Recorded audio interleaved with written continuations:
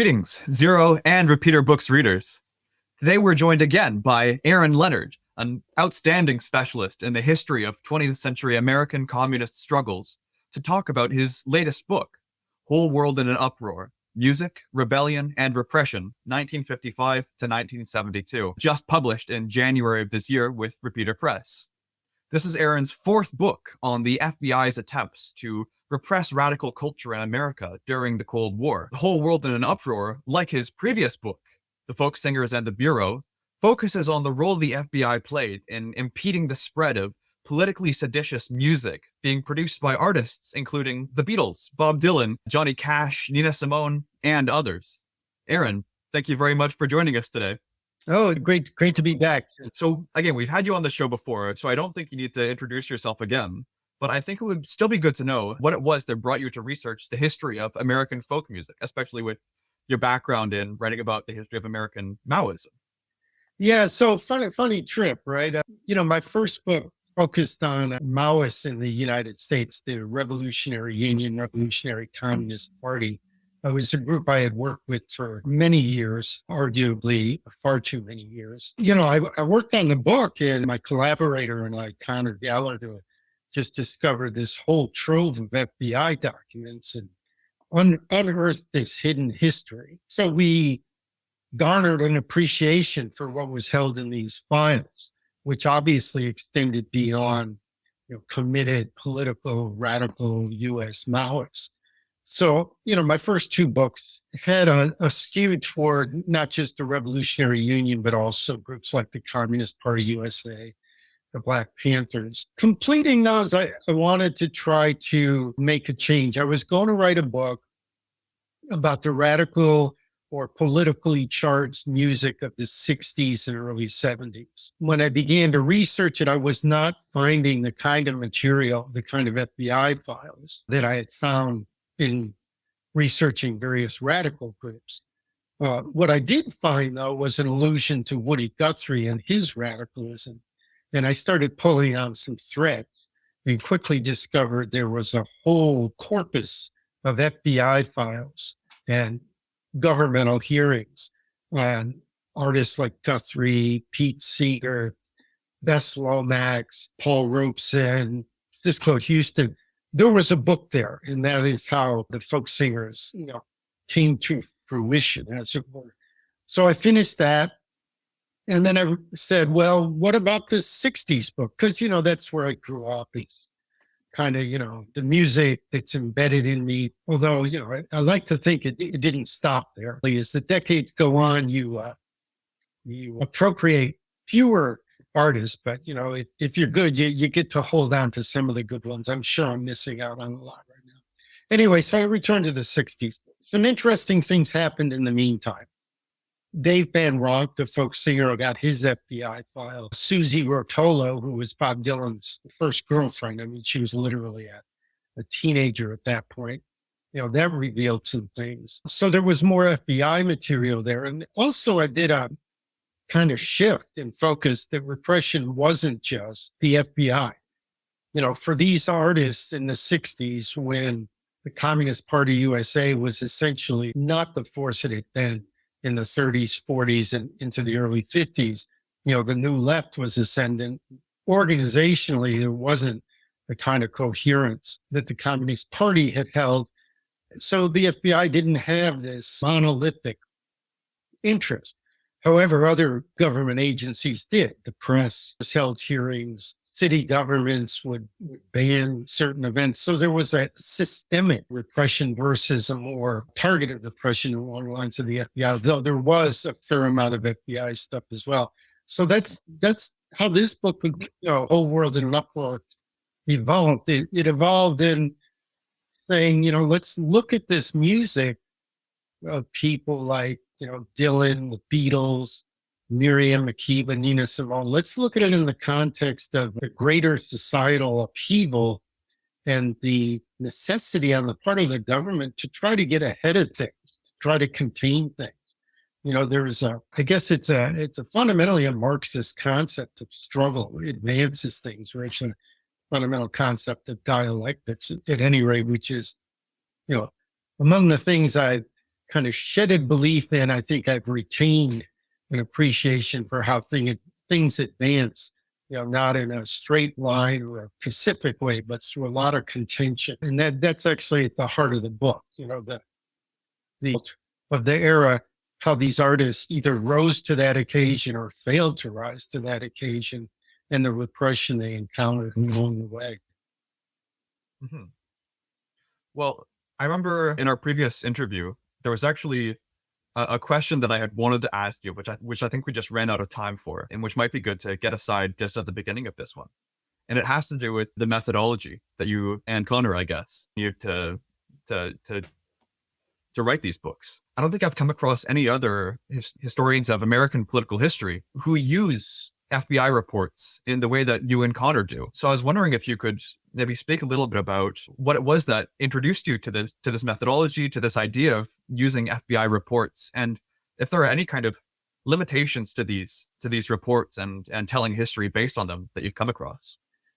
Well, it's a very good question. A lot of people use FBI reports, but it is anchored in their overall worldview. And I think by and large, or in the main, people have a conception of how U.S. society should be working. And when the FBI goes outside of the bounds of that, it's an aberration. So J. Edgar Hoover is an aberration. The FBI, when it broke into people's houses and granted bugs or dispatched informants, that's aberrant behavior. As opposed to how I look at it is it's part of a system attempting to, every country has a secret police, and they have a secret police because there are things that need to be done in secret to maintain a rule that is, fundamentally not equal or egalitarian, certainly not liberatory. And they dispatch these forces to maintain that. And then in the United States, becoming a world power, the biggest world power after World War II, the FBI and the CIA played outsized roles in attempting to support this, imperial project of the United States. I mean, I don't know what else you would call it when you have troops in, every section of the earth, and you're the unchallenged, preeminent nuclear power, et cetera. So we read these documents from the standpoint of people like Hoover. What they're doing makes sense from his interests. It's not like he's wandering off the reservation. And I think this is that Beverly Gage just wrote a book about all the support she's got from the president. But we go further than that, which is that, there's actually a famous, I think it's in our second book, where one of these senators is talking to Hoover in his last budget presentation in front of either the Senate or the House. And the closing remark is, well, Mr. Hoover, I think I speak for everyone by saying, we all sleep better at night knowing you're in charge. And I don't, it's part of the bluster and butt kissing that goes on in Congress, but I think it reflects something, actually very real. So we read these documents from a different standpoint. And of course, there's a lot that's not correct there. There's exaggeration, there's misunderstanding, there's cultural, ignorance. But fundamentally, the FBI was not writing these reports for you and me to read and talk about on the podcast. They were writing them for themselves as an agency which could function and serve a certain mandate. Yeah, of course, they came up short a lot. And you could point to a lot of misapprehensions and such, but there's also a lot there. Gleaning what's true and what's not, it's a process of comparing it to other sources, informant sources, memoirs, news accounts, other government hearings, and trying to get at a deeper truth. So, it's a different methodology. I know I've talked to some people who think, there's nothing there. I'll name a name, Graham Burroughs, wrote this book about in the early 70s. He says, I didn't even bother to look at FBI files. I've gone through them and it's mostly just direct. But, and I reflected on, I actually went and got John Jacobs, who was a famous weatherman, after his FBI file. I didn't actually get the meat. I got his file before he actually joined the weatherman when he was in the SDS. But there's stuff in there. And, if you haven't read the file, how can you say it's nothing? It's assertion that may well be correct. And there certainly is a lot of, superfluous material in these files, but there's also some, nuggets of gold as far as illumination. Mm-hmm. I mean, not to target Brian Burroughs. I don't know him personally, and I actually, got a lot out of his book, what he documented. But on that point, I really do disagree. Yeah, if I'm remembering correctly, in the context of the second edition of Heavy Radicals, like by using the FBI files, you were able to identify a previous leader of the Revolutionary Union, Revolutionary Communist Party, as an FBI plant or informant, at least. Would that have been possible without the FBI documents? No. I mean, what you had was a lot of rumor. You had RCP folks who are, still kind of on that road saying, oh, yeah, he was an opportunist. That was the word they used. Well, these Marxists have their own language for these things. Calling somebody an opportunist, that's the worst.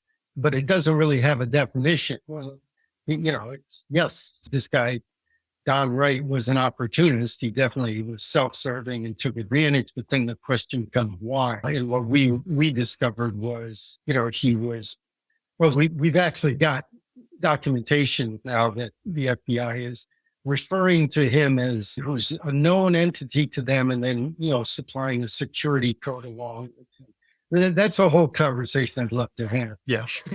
But without those documents, what do you got? You've got a rumor, innuendo, and dangerous stuff.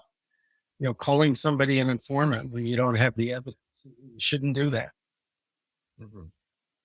Well, let's go back to your new book then. Sorry, I had those burning questions I had to get off my chest. So in a sense, your new book, Whole World in an Uproar, could really be seen as a sequel to your previous book on folk music in the US, The Folk Singers and the Bureau. And as you said, that one focused on music from the 1940s and 50s. But rather than just being a continuation of the political nature of music from the 1940s and 50s, Whole World in an Uproar, at least as I read it, is really oriented around a fundamental shift in the politics of folk music, such that you have folk music from the 1940s and 50s, and you have folk music from the 50s to the 70s. But it seems like a really important political shift in the nature of folk musicians, for example, in their relation to the party and in the relation to various other state apparatuses that changed during that period. So what do you think are some of these differences, and how important are they? Yeah, let me try to tackle that, and I may wander a little bit away from it because the folk musicians, people like Guthrie and Seeger, they came into things at a point where the Communist Party was, in pretty good shape. There was a lot of free, and the CP had a lot of influence in the unions. The Soviet Union was still under the leadership of Stalin.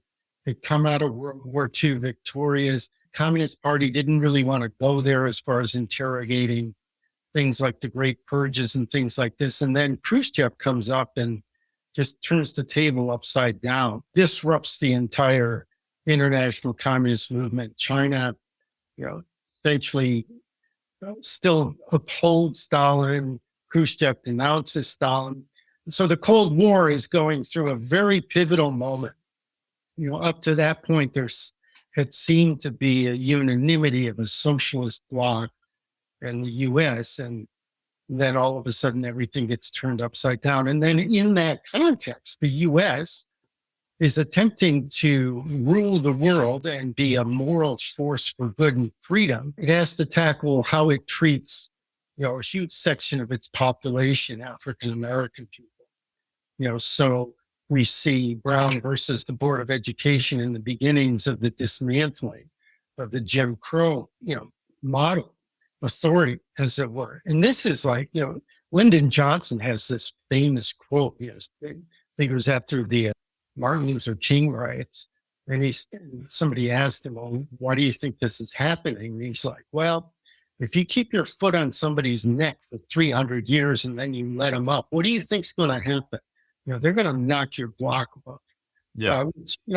Is one of the things I realized writing this is the dominant narrative in U.S. history is, well, there's Martin Luther King and there's, nonviolence and this movement was, led to the Voting Right Act, and it's is King's Dream still alive?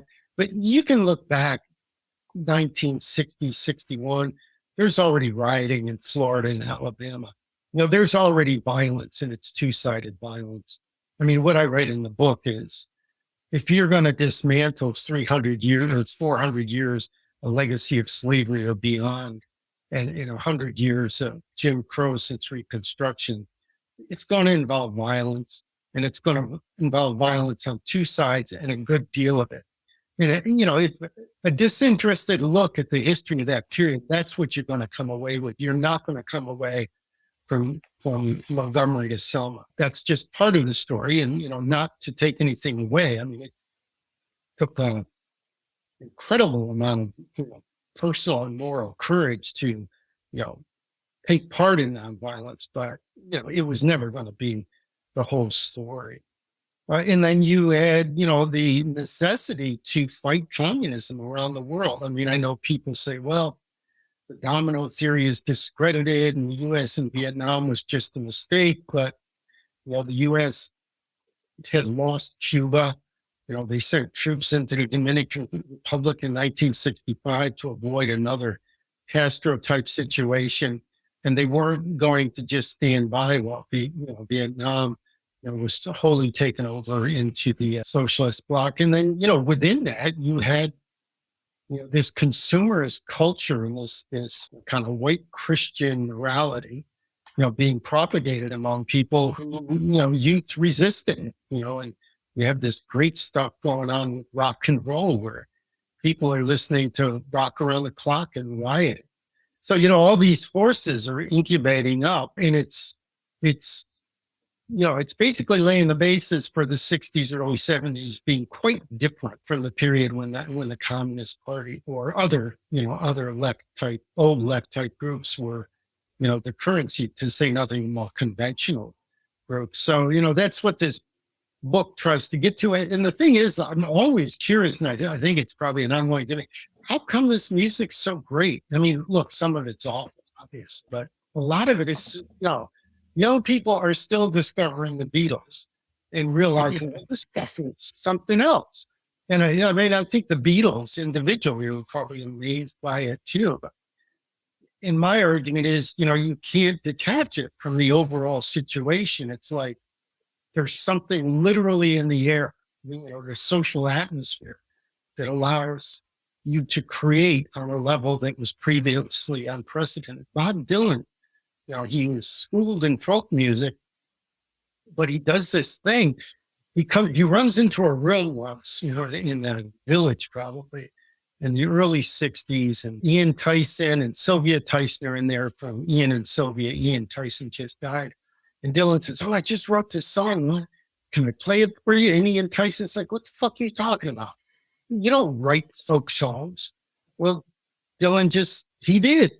And suddenly people were writing their own songs. This was unheard of. This was the work of, Tin Pan Alley, of paid professional music writers like Cheryl King and Jerry Goffin, who wrote great stuff. But, the model is upset. Everything is, all the rules are just being shunted to a side. And suddenly, no new rules exist. So for this brief shimmering moment, you have, limitless possibility. And I do say it's bound up with these contradictions in the Cold War and what they gave rise to, and what they necessitate. Mm-hmm.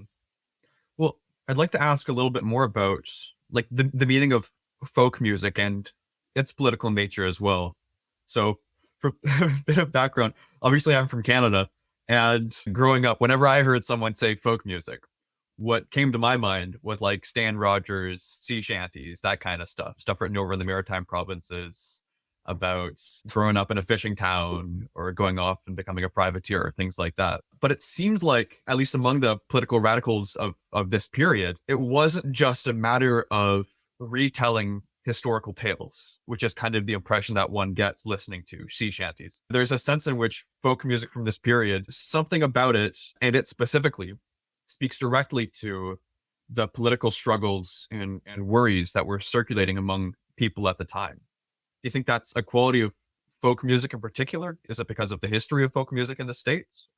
It's, I guess the way I go after that is, one thing I discovered writing this is there's a serious downplaying, underestimation of the impact of the folk revival in the United States that began in the late 50s. Initially, there was a calypso phase where Harry Belafonte became very big. That's where the Kingston Trio got their name, Kingston, Jamaica. But that evolved up to include people like Carolyn Hester and Odetta. And they were latching on to this tradition of these songs that are really old.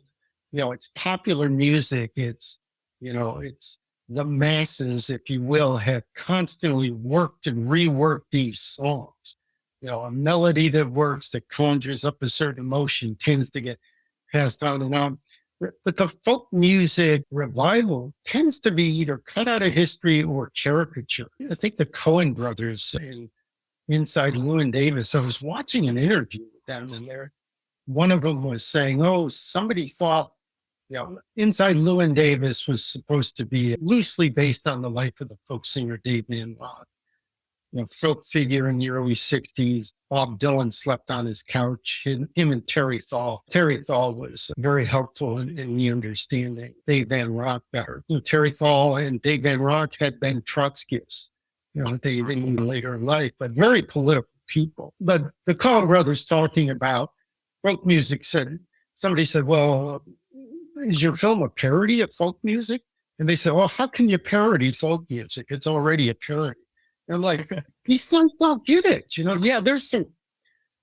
There's bad music in any genre, and there's some really bad music in some genres, and folk music certainly not the exception, but there was also some incredible music, and it was just so fundamental to what came. I mean, you have this group, the Weavers, doing pop folk in 51, 52, doing songs by this former Louisiana prisoner, Huddie Ledbetter, Good Night Irene, and they are like putting that into the mass consciousness. Jefferson Airplane, is a big fan of them. Paul Kantner is a big fan of the Weavers. And Paul Kantner, I got this story through a friend, Paul DeRienzo, who's a journalist. He said he talked to Ronnie Gilbert, who was the woman member of the Weavers. And Ronnie Gilbert, Kantner says, Ronnie Gilbert told me, if you do a band, you need to put a woman there. And this is where Ray Slick comes from. Why is Jefferson Airplane special? How many groups in this period had men and women? I mean, you look back now, actually, I kind of cringe looking at all these bands these days and all these swinging dicks, it's like all these, not to take on some of them are really good men, but they're all guys, and here you got Airplane and Grace Slick she's just crazy sharp, but it's a legacy of folk music, right? I mean, it's not wholly a legacy of folk music, but you can't take that out of it. You don't get enough appreciation of that. You get a lot of maligning, but not enough appreciation that these songs that existed for hundreds of years are really good, and you pass them down and you get groups like Crosby, Stills, and Nash kind of taking it to another level. You get the Byrds taking it to another level. And, a lot of the Americana that's kind of a big subgenre these days. I mean, it's building on that legacy. People love these songs, and rightly so, because they're good, because they concentrate, centuries of human experience, and singing is this weird thing that we can all do together, and it makes you high if it's really good, in a non-narcotic sense.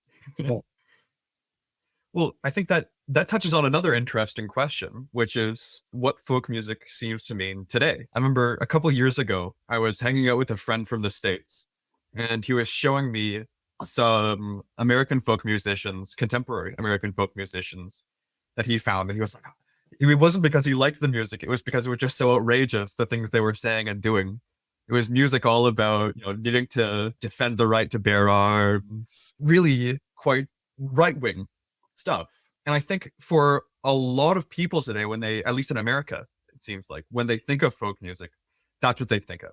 They think of the beautiful, racially pure America rather than, reflecting on the actual history of folk music, which had this fascinating relation to racial struggles in its own day. And of course, there needs to be a political caveat to this observation, which is that I also have a bunch of friends who are in like folk punk bands, and they seem to be trying to carry on the legacy of political radicalism that you identify in this book and the previous one. And also, one of my favorite bands is an American group called Ragana, and they blend kind of folk music and black metal. And there's another great black metal band called Panopticon, and you'll be listening through this track. He's a trade union socialist.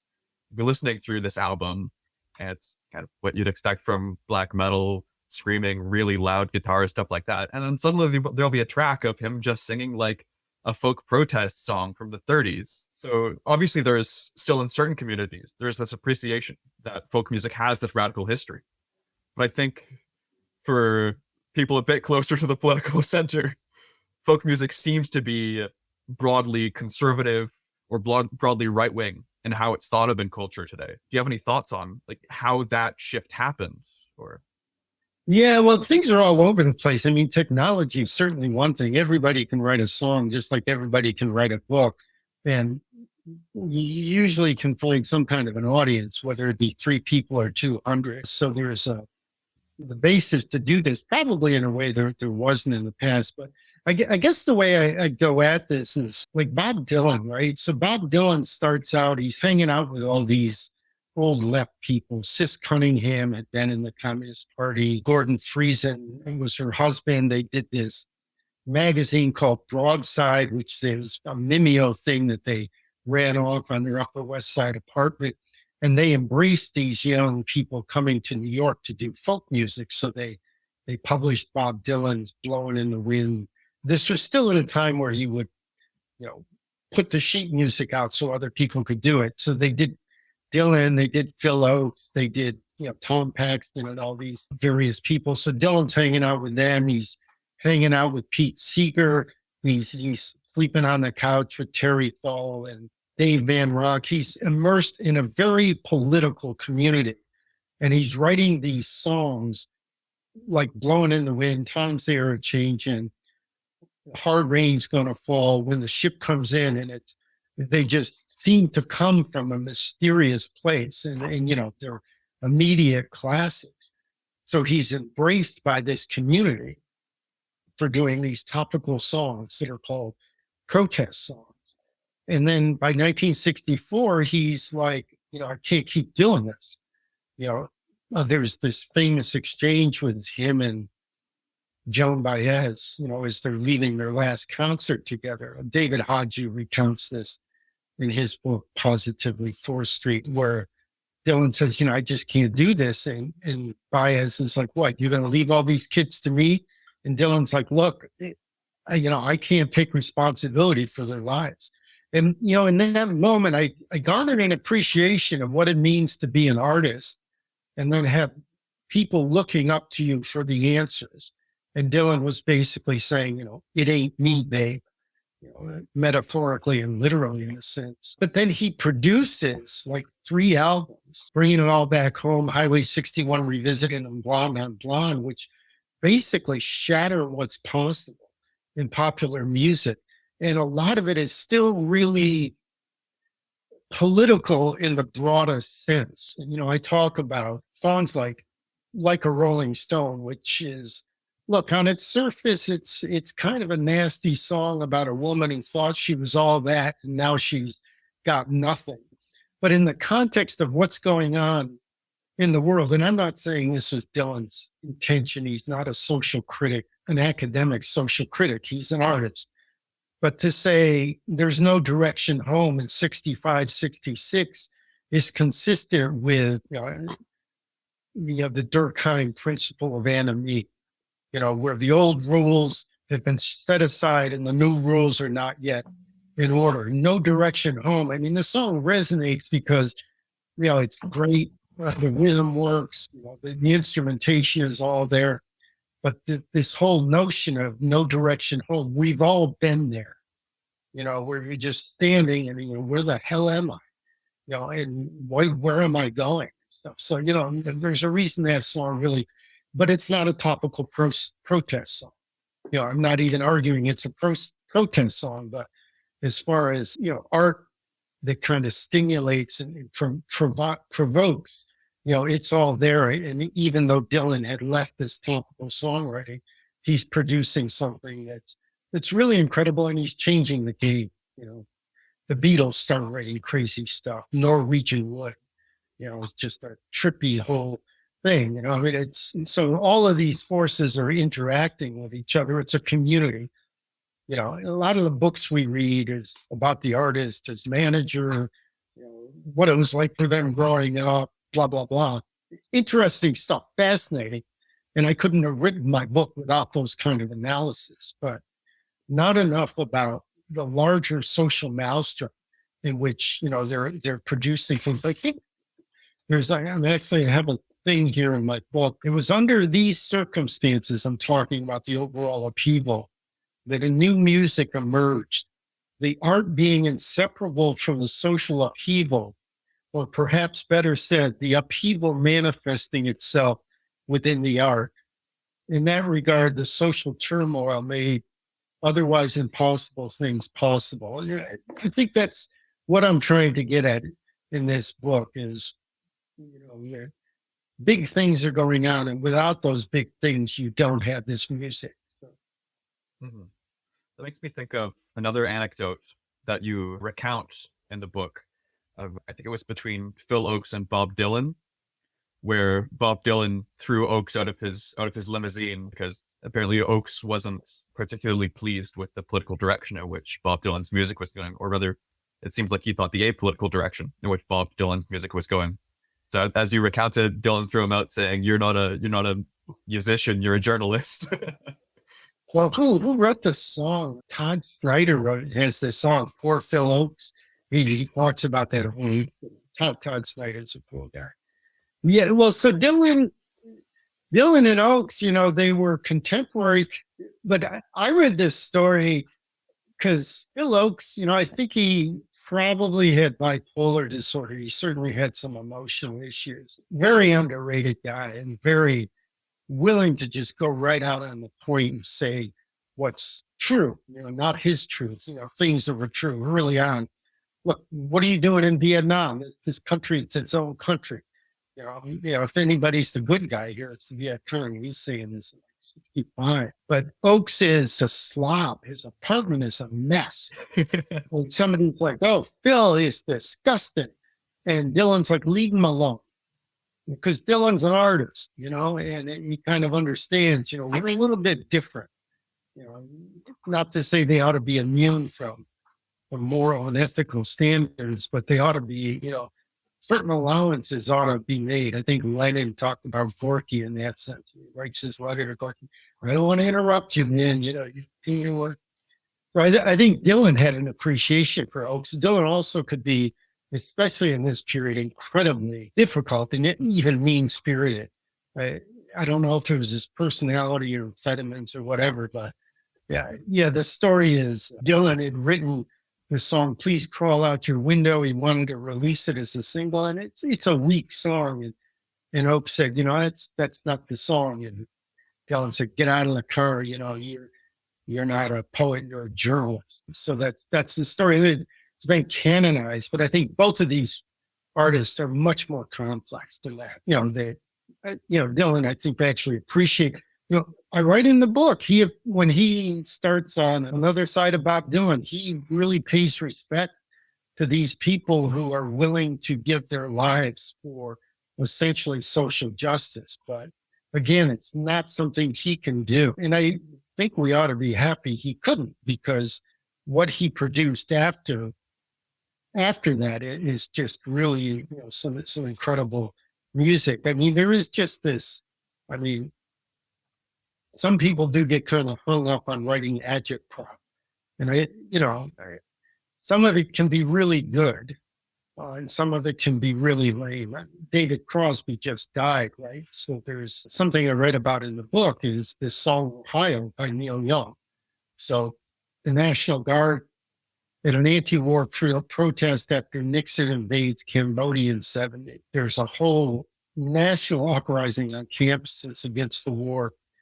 Kent State University, the National Guard, they freak out and they kill 4 kids. Life magazine has a whole photo spread. David Crosby gives Life magazine to Neil Young, and Neil Young goes away for a few minutes, for an hour or two, and comes back with this song, Ohio. Dorian Lynskey, the music journalist, says it's probably one of the best topical songs ever. And it's good because the sacrifice involved, because of the moment, because of the incident, and because of Young's ability to kind of concentrate that all in. Other songs, they become like history lessons, and they don't really work, A for effort, but, they kind of fall flat. But then, the role of art isn't just to teach, it's to be human, it's to elevate life. And to get confused is to stumble at some point. So it's a fraught path. I don't have a pat answer. I mean, you really got to give it up to Phil Ochs for doing what he did. And he was challenged later. He tried to go out beyond that. But, that's not the sum total of doing art that makes a contribution to a liberatory vision. Isn't just writing, agitational propaganda lyrics. Sometimes, though, it is, in the incidents of Ohio. And, you could still listen to that song and feel the fury. And maybe it's not speaking about Kid's fate when you hear it anymore, but it is speaking about something fundamental about, where we are in the world and the way the order is kept in place. Mm-hmm. Well, obviously this is a book that's focused on a period of history and a specific cultural practice within a period of history, specifically spanning from the 50s to the 70s. But what I find interesting about your approach to it, and which has kind of come out in this conversation already, is that you tell this history from the perspective of individual folk singers and bands and how they were treated by the FBI and various talk shows and by newspapers, and then discerning lessons from this information about the role played by the FBI and these organizations in monitoring and intervening upon transformations in American culture. But I think I noticed that some folk musicians play a more central role in this story than do others. In particular, I'm thinking of, the Beatles, Bob Dylan, and Phil Ochs. I might have just picked up on them because a lot of the musicians you talk about aren't ones that I had heard of before. That might just be a generational thing rather than a comment on the significance of these musicians in their own time. That aside, though, I was wondering, why is it that these figures like the Beatles, Bob Dylan, Phil Ochs, and maybe anyone that I might not have recognized, missed out on, play a significant part in the story that this book tells? What were their politics? How were they situated in their cultures at the time? What kind of impact did they have on social movements and so on? Yeah, it's, I say in the intro, look, I'm not doing an encyclopedia, and there's people, somebody asked me, oh, you don't mention Frank Zappa. And, I don't. And there's a lot of people I don't mention. I tried to kind of pull out people who were more immediately recognizable or, anomalies of people who did extraordinary things who you probably didn't know of. And then also just in general, how everybody was affected. Laura Nero, who's wholly underappreciated. She wrote all these hits for The Fifth Dimension, Stone Soul Picnic, Stony Ann for Barbara Streisand. I mean, she does an anti-war song. It's all the cool people back then are doing, they're sitting on they're sitting on the left. I talk about Woodstock, the film. Mike Wadley said when he made the film, he really wanted to infuse it with the politics. I mean, today when people think of Woodstock, there's a caricature, peace, love, Woodstock. But if you look at that film, there are common assumptions about the war, about the struggle of Black people, about, the counterculture that everybody seems to agree with. Joe McDonald can get up and read 500,000 people in the fish cheer, which is spelling out the word fuck. I mean, today saying the word fuck, it's ubiquitous. It's actually too much. I'm actually trying to tamp it down myself. It just doesn't play the same roles. In 1969, to say fuck, this is like, that was the word. That was the word that would piss off old people.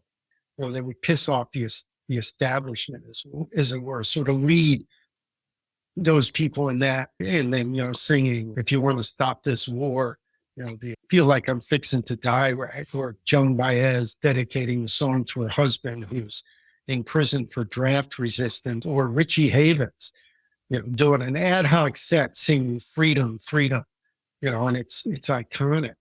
This is what, the assumptions were, and, it's beyond how it's been reinterpreted. But getting to your point, it's a very complicated thing.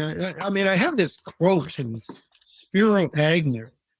Spiro Agnew was Richard Nixon's vice president, and he was a smart guy, and he was the point man in Nixon's culture, essentially, railing against,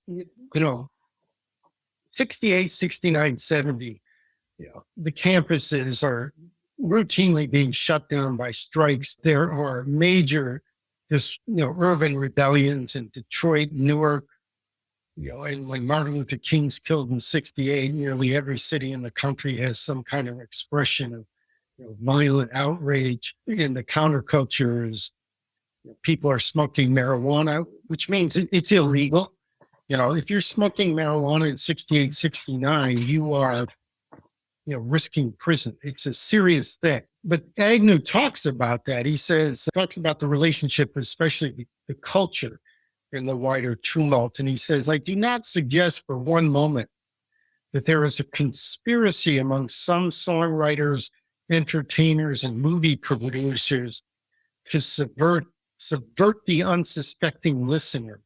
In my opinion, there isn't any, but the cumulative impact of some of their work advances the wrong cause. And I think Agnew articulates, kind of the contention, the societal contention. He's speaking as the head of a leader in the political class, and he's talking about a wider section of society that's in rebellion, and he's saying it in a nuanced way. This is different, actually, than the folk singers of the 40s and 50s, where it's the Communist Party supporting the Soviet Union, and it's more of a conscious kind of opposition with a core set of beliefs. This is a societal upsurge, and Agnew is articulating a systemic pushback, which is kind of my point. I couldn't write a book about how the FBI tried to suppress the counterculture. It didn't exist in the same way. But there is a book about a societal pushback. The Grateful Dead, their best song, one of their best songs, Truckin'. It's about how they do a concert in New Orleans. They come back to their hotel. There's all these cops in their room, and they're all busted. Jefferson Airplane, 5, 6, 7 arrests for marijuana. Sylvester Sly and the Family Stone, their bus gets pulled over in LA, and they're all hauled off to jail for marijuana. This is an operating condition for musicians and artists. And a lot of times it's for marijuana. It's not, methamphetamines or these more toxic elements. It's like criminalized. So the war on drugs, which is not quite called that yet, is an integral part of a cultural action, which it's not just the police and the artists, it's in the media. There's all these articles about, 8 Miles High is about drugs. Mr. Tambourine Man is about drugs. Some of these songs are, and some of these songs are, who knows what they're about. The people who write them, probably don't know what they're about. Listen to some of Dylan's lyrics. And I went and saw Dylan, and the first time I saw Dylan was very late. It was probably 97. He just had the brain infection. He almost died. And I'm on the bus going to Jones Beach in Long Island, and there's all these young Dylanologists, and it's like they read Dylan like Dungeons and Dragons. Good for you. That's not how I read Dylan. I kind of gotta appreciate the devotion. Yeah, I don't go that deep on some of this stuff. I just kind of go along for the ride. But more power to you. Mm-hmm. So naturally, A Whole World in Uproar is very focused on American history during the Cold War. Let's speak a little bit more about the actual political background, even outside of America, at the time, obviously because of the period being studied. Possibly the most significant political event that forms the backdrop to radical folk music at the time was the Vietnam War. And I'm certain that some of the people who are going to listen to this interview won't be as familiar with the history of the Vietnam War as you are. So would it be possible for you to just overview some of the key facts about the war, specifically for understanding American radical politics from the 50s to the 70s? Yeah, like one clarification is the book is, look, I try to touch on a bunch of genres, and I also say I can't do everything because I think there's stuff happening in almost every genre. I suspect if you look in classical music, you're even going to find some stuff. Certainly, you got Frank Sinatra covering the Beatles. There's all kinds of wild things going on. So folk music is an element of the book, but it evolves up to include this revolution in rock, but also songs like Nina Simone writes Mississippi Goddamn, which is a show tune. Very deceptive. It's brilliant because it's like, you don't know what you're getting. This song is this jaunty piano, this Martin Short, Irving R. Cohen, give me a C, give me a bouncy, bouncy C. The song starts like, you're in Broadway, and then leads to these conclusions that these white supremacists, you're all going to die and die like flies. And whoa, go Nina. She was outraged at the bombing in Alabama, the church bombing and stuff. I think I lost my thread. Could you?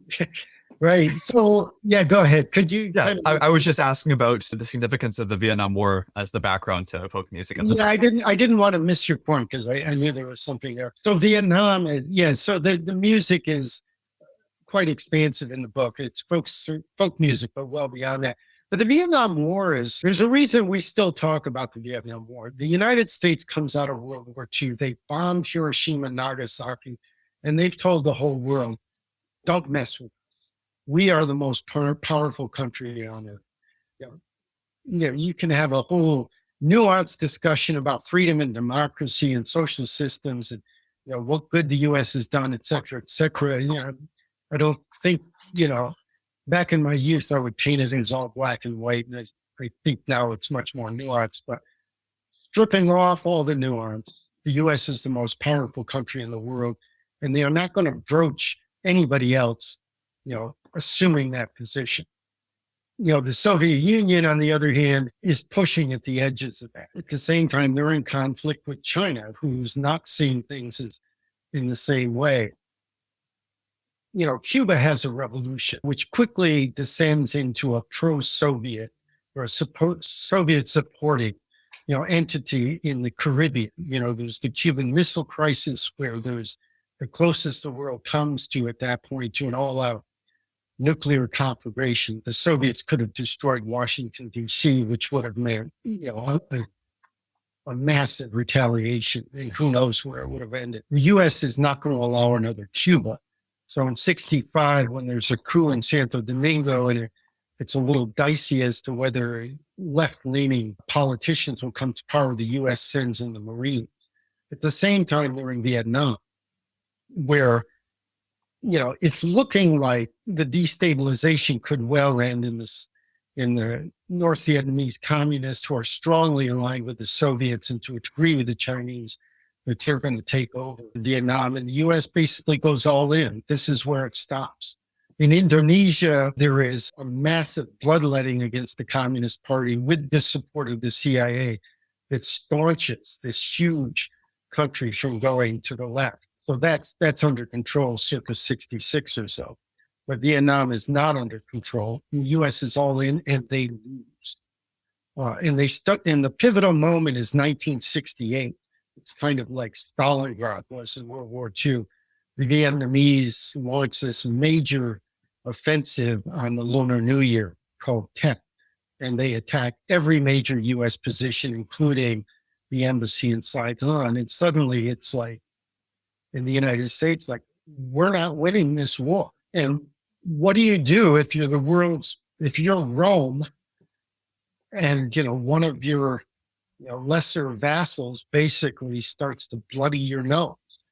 How do you maintain being Rome? And it's 2023 and the U.S. is still suffering from that. I mean, they waged 2 wars in Iraq, which had to be this thing of going in and coming out very quickly. The U.S. cannot, it does not seem, commit hundreds of thousands of troops to go thousands of miles for year and year on end. I mean, yeah, they went to Afghanistan, but we're talking about tens of thousands of troops, in an auxiliary role over many years. But a major military commitment seems beyond what the U.S. can do. I think that's a legacy of Vietnam. This is what was unfolding in 68. And it also torpedoed the economy. They spent billions in 1960s dollars to win that. At the core of Nixon's downfall was not just Watergate.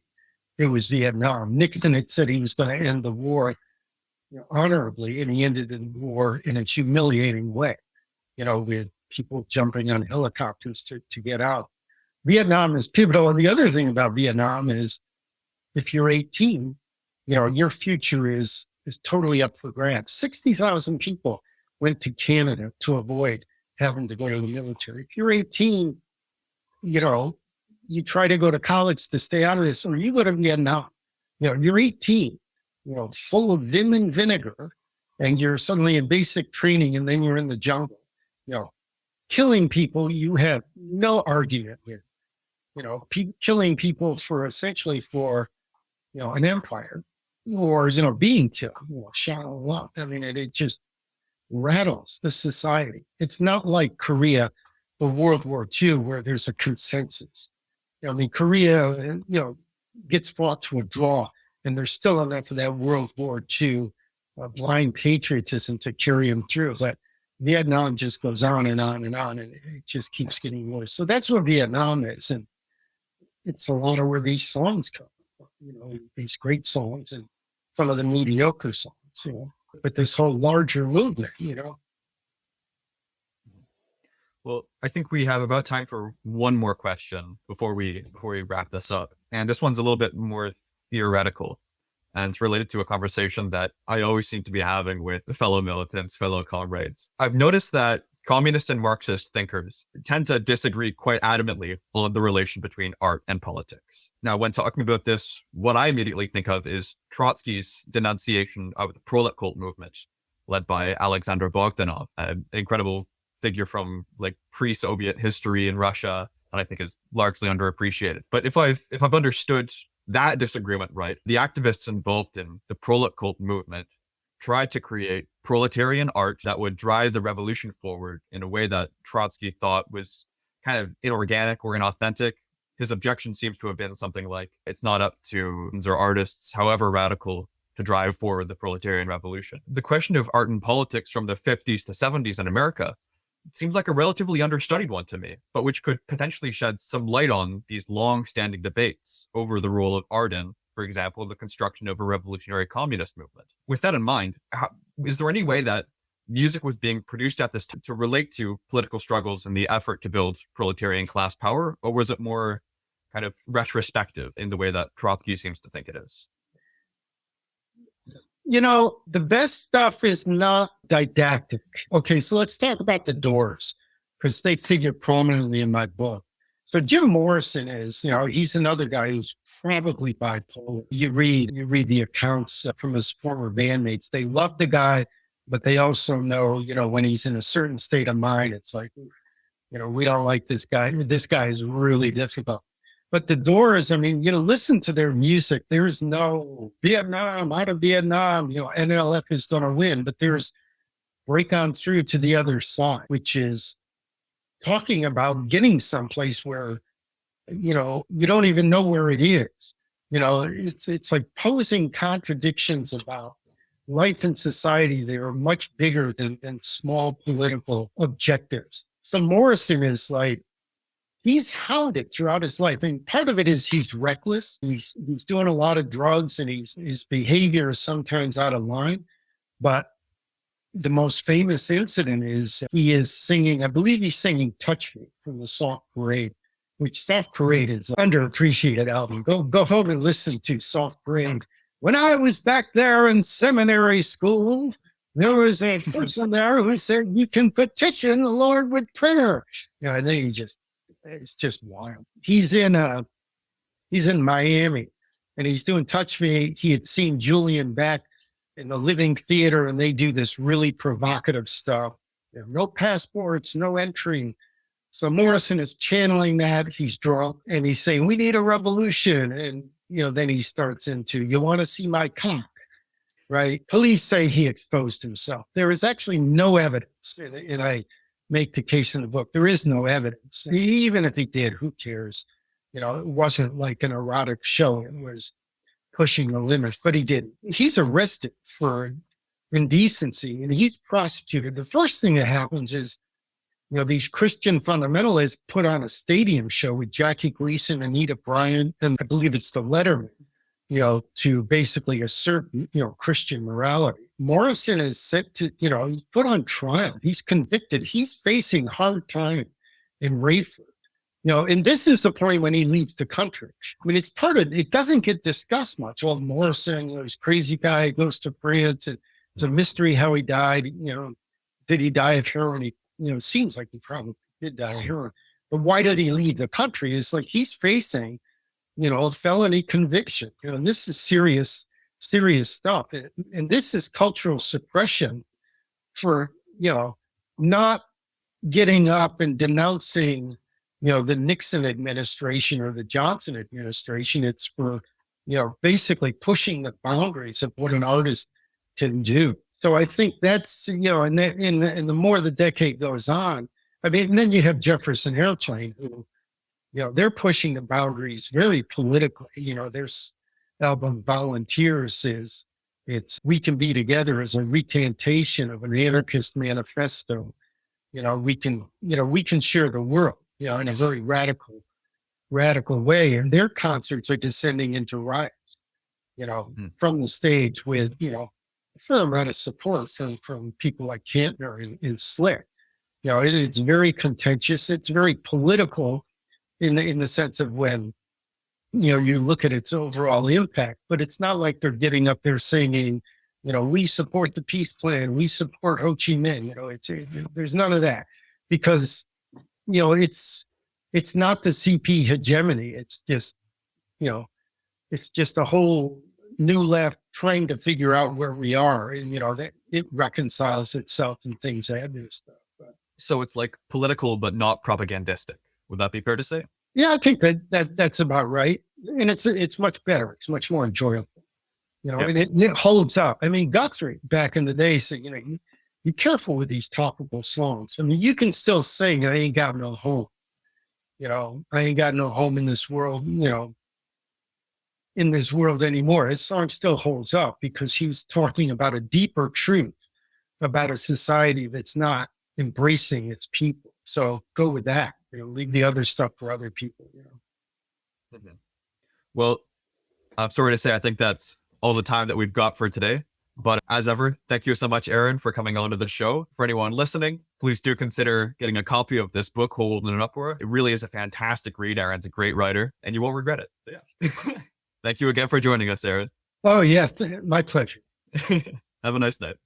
Okay. We appreciate your support of the imprint and the channel.